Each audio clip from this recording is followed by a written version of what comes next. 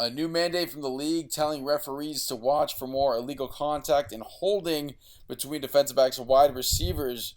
Trevor, what is this going to do to affect the game of football that we both love? I think this is going to do more harm than help it. And my reasoning on that is that I think the refs, in my opinion, were already calling way more than was necessary. The game had already turned into a joke as far as what defenders were allowed to do.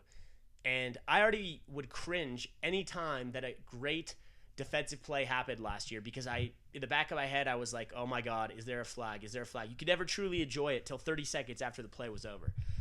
So if they're going to really crack down even more so on illegal contact and holding and PI and whatever it may be, I think the only way to fix this problem is to then allow instant replay and challenges on pass interference and holding. In my opinion, that is the solution. Yeah, I just hate it all around. I mean, if you look at, we just posted on the blog. There's a quick little shout out there. Some of my bold predictions for the NFL season. One of it was that 15 quarterbacks are going to throw for 4,000 yards, and this is part of the reason why. I mean, this is a complete joke. Why would you ever run the ball anymore? I mean, you throw the ball, you're either going to get a complete pass, or it's going to be a late hit on the quarterback, or you're going to get a pass interference or defensive holding. There's like nothing bad can possibly happen. It's a complete joke. The scores are going to be 45-42 every week. Yeah, at this rate, we might as well all pack up and move to Canada, expand the field size, and throw an extra guy on the field where they just throw the ball all over the place. Because that's what it's going to be. There's no point in running anymore. The running back's dead. The fullback doesn't even exist really more in the NFL. I mean, half the teams don't even carry one. It's just not. It's just I don't know. It's not what I grew up with. Yeah, it's a change, and yes, I'll still watch it on Sundays. But oh man, it's getting tough. It is getting tough. And on that note, Tommy, I mean, if I've thought this for a few years, if I'm an NFL offensive coordinator or I'm the one calling plays, I'm throwing it deep almost every play. Chances are, if you throw it deep, you're either scoring a touchdown or you're getting a pass interference call. I mean, yes, there's a chance you could get intercepted, but it seems like anytime a ball goes deep and it's not caught and a receiver falls down, suddenly you see this mysterious flag come out of nowhere 10 seconds later.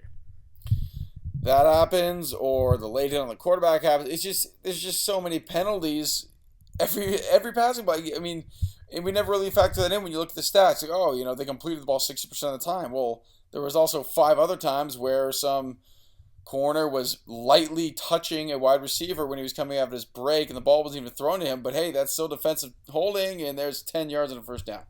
It's just you can't. It makes the game so hard to watch with all the penalties. It really does, and I get what they're trying to do. And Tommy, I don't know It's what your just thoughts are on this, but some of the stuff I've been reading is suggesting that part of the reason they're emphasizing this even more has to do with the way the league thought, the Broncos were embarrassed in last year's Super Bowl and how much defenses were taking over games and that something needed to be done. But I think it's just a case of a really, really great defense putting together a dominant game plan and dismembering a unprepared Broncos team. That's what I think happened. I don't and think it what's was a wrong? result of the rules not being correct.